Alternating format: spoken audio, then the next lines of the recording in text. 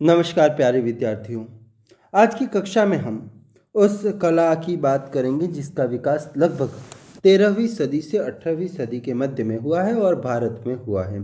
तो ऐसे में हम किस किस पर बात करेंगे? तो पहला तो हम बात करेंगे हिंदू, जैन और बौद्ध से धर्म से संबंधित जो पांडुलिपि चित्र बने हैं वह भारत में जैन शैली और पाल शैली के रूप में देखे जाते हैं। तो पहला तो उस पर चर्चा करेंगे।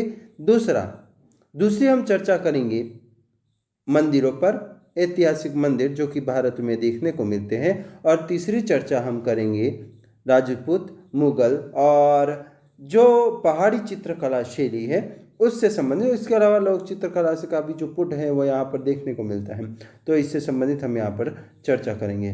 तो ऐसे में सबसे पहले तो हिंदू, जैन और बौद्ध धर्म से जुड़ी हुई जो पांडुलिपि है वह भारत में उस समय में दो जगहों पर देखने को मिलती है, मतलब कि भारत के दो क्षेत्रों में देखने को मिलती है, पूर्वी भारत और पश्चिमी भारत। पश्चिमी भारतीय शैली जो है उसको तो हम कहते हैं जैन शैली, अपभ्रंश शैली। और इसके अलावा यदि हम पूर्वी शैली को देखते हैं तो पाल शैली के नाम से जानते हैं।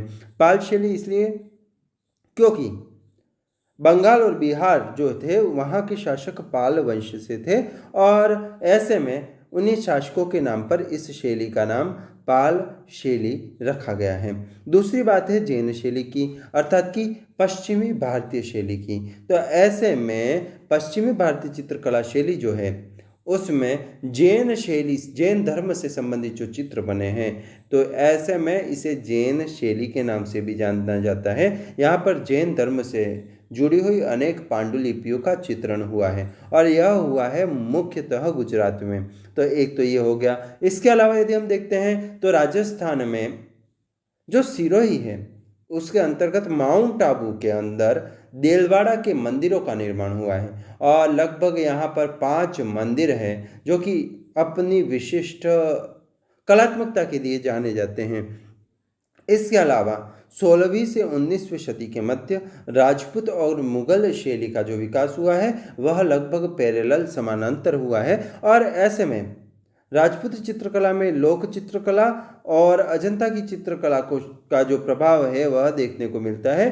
तो मुगल चित्रकला में फारसी और साथ में ही राजपूत चित्रकला का भी प्रभाव देखने को मिलता है। यह रही मोटी मोटी भारतीय चित्रकला जो कि 13वीं से 18वीं सदी के बीच में विकसित हुई है। इसी क्रम में हम कुछ चित्रों को देखते हैं। पहला चित्र है श्रृंगार।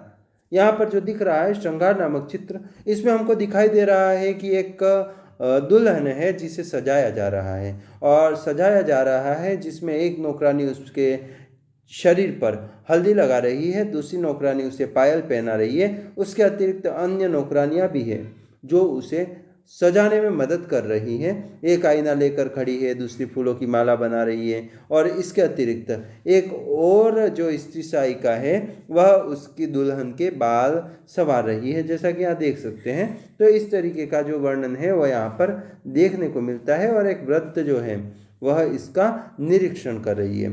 यह श्रृंगार जो चित्र है वह टेम्परा तकनीक में बना हुआ है और गुलेर शैली से संबंधित है। 18वीं सदी का चित्र है।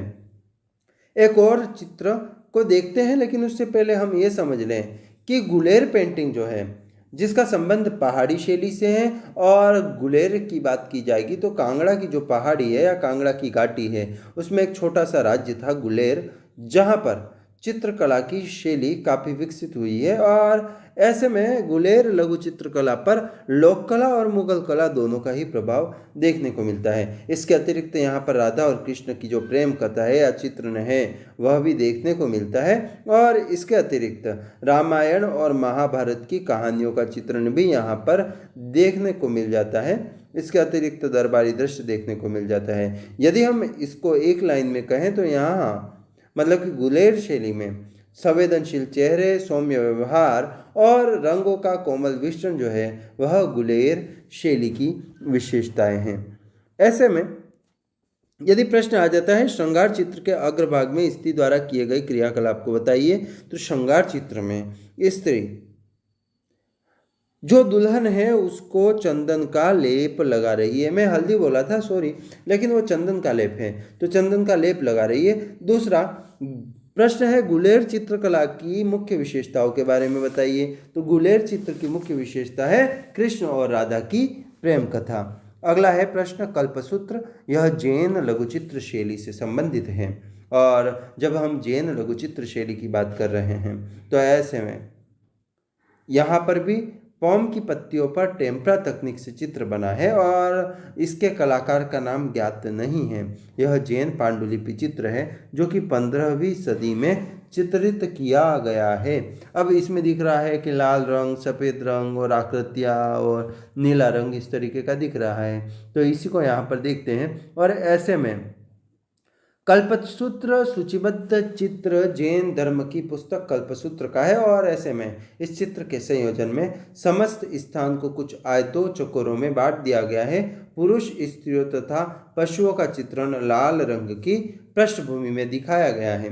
प्रत्येक खंड में कल्पसूत्र की कहानी का अलग अलग कथाक्रम दिखाई देता है और साथ ही यह लोक शैली की तरह है जहाँ पर आकार में चपटापन है, अभिव्यक्ति में रूढ़िवाद है और परिदृश्य का अभाव है। तो इस तरीके का एक चित्र जो कि कल्पसूत्र है और यह जैन पांडुलिपि चित्र है, क्योंकि कल्पसूत्र है वह जैन ग्रंथ है और प्रभावपूर्ण रेखाओं और सौंदर्यपरक बिंदुओं के प्रयोग से इस चित्र को सुंदरता को बढ़ाने का प्रयास किया गया है। यदि हम जैन शैली की बात करते हैं तो 7वीं सदी से लेकर 10वीं सदी और 15वीं सदी तक जैन लघुचित्रों का चित्रण होता रहा है।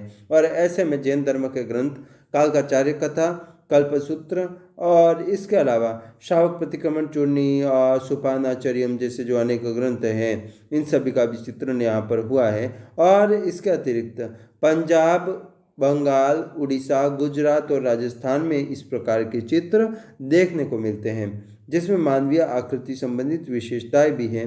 तो यह पांडुलिपि प्रमुख रूप से पाम पत्रों पर लिखी गई और इस पर लाल पीला रंग करने का प्रयास किया गया या फिर इसके नज़दीकी रंगों का प्रयोग किया गया है। प्रश्न है कल्पसूत्र चित्राकृति संयोजन में स्थान को कैसे बांटा गया है। तो स्थान को चौकोर और आयताकार बांटा गया है। जैन पांडुलिपियों में किस प्रकार की आकृतियों को बनाया गया है। तो पार्श्वनाथ, नेमिनाथ, ऋषभदेव आदि को चित्रित किया गया है। इसके अतिरिक्त एक प्रश्न है जैन लघु चित्रकला किस काल की है। तो 7वीं सदी से 15वीं शताब्दी की है। अगला जो यहाँ पर आता है हमारे सामने एक और मंदिर जो कि टेराकोटा का मंदिर है, विष्णुपुर में स्थित है और पश्चिम बंगाल के विष्णुपुर पंचमुरा में मंदिर यह स्थित है। 17वीं शताब्दी में बना हुआ यह मंदिर है जिसमें रासलीला से संबंधित जो चित्र है, मतलब कि राधा कृष्ण की दिव्य प्रेम से संबंधित चित्र हैं, उनका भी चित्रण किया गया है। और इसके अतिरिक्त सुंदर फलक को एक चौकोर स्थान पर 3 गोलों को केंद्रित कर संयोजित किया गया है। इन 3 गोलों में से बीच के गोले में एक गोपी के साथ कृष्ण की मानवाकृति दिखाई गई है। कलाकार ने समकालिक सामाजिक जीवन को दर्शाने का पूर्ण प्रयास किया है और मानव, पशुओं तथा चिड़िया आदि की आकृति को भी सजाया गया है। अब यहाँ पर पश्चिम बंगाल का विष्णुपुर जो शहर है वहाँ पर कई सारे मंदिर है और पक्की मिट्टी की जो टेराकोटा की टाइल्स है उसका काम भी देखने को मिलता है। इसके अतिरिक्त टेराकोटा कला जो है 18वीं-19वीं सदी में अपना विशेष परिचय तो देती ही है, लेकिन यहाँ पर धार्मिक घरानों को प्रतिबिंबित भी करती हैं। अधिकांश मंदिर या तो शिव जी के हैं या विष्णु जी के। तो ये भी एक यहाँ की विशेषता है। शिव, दुर्गा, राधा कृष्ण को आकृतियाँ और रामायण और महाभारत के पात्रों को इन सब से अलग, मतलब कि टेराकोटा टाइल्स में दर्शाया गया है। मंदिर वास्तुकला की जो बात करें तो बंगाल की झोपड़ी प्रकार की 1 मंजिली या 2 मंजिली जो डिज़ाइन होती थी उसी को इसका आधार बनाया गया है। अब यहाँ पर कुछ प्रश्न है। रासलीला पैनल में गोलाकारों की संख्या स्पष्ट कर 3 गोलाकार है। रासलीला पैनल में चतुर्भुज के चारों कोनों को कैसे सजाया गया है। तो मानव आकृति, पशु आकृति, पक्षी आदि से। विष्णु टेराकोटा जो है वह टाइल्स के किन आकृतियों और पात्रों को दिखाया गया है। तो शिव, दुर्गा, रामकृष्ण, रामायण, महाभारत आदि को दिखाने का प्रयास किया गया है। अब प्रश्न है 13, इसमें समझे कि क्या हम इसे समझे हैं। तो 13वीं से 18वीं सदी में शक्तिशाली राजा हुए, अनेक मतलब कहीं ना कहीं संघर्ष हुए। ऐसे में यह टिके रहे, यह अच्छी बात है। इसका अतिरिक्त इस काल में भारत में कुछ स्थानों पर मंदिर कला का विकास हुआ है, जैसे माउंट आबू जिसका दिलवाड़ा का मंदिर है, और कर्नाटक उड़ीसा जो कि 7 करोड़ का मंदिर है। इसके अतिरिक्त यदि देखें तो गुलेल लघु चित्रकला, यह भी पहाड़ी शैली के अंतर्गत ही आती हैं, इसको आपको समझना होगा। तो इस तरीके से हम देखते हैं तो ये पाठ बहुत आसान है और आपको मदद करेगा। आपको पसंद आया है आप लाइक करें, कमेंट करें, शेयर करें और अधिक से अधिक दोस्तों को पहुंचाएं, ताकि टीम की जो मेहनत है वह सार्थक हो सके। आप सभी को धन्यवाद।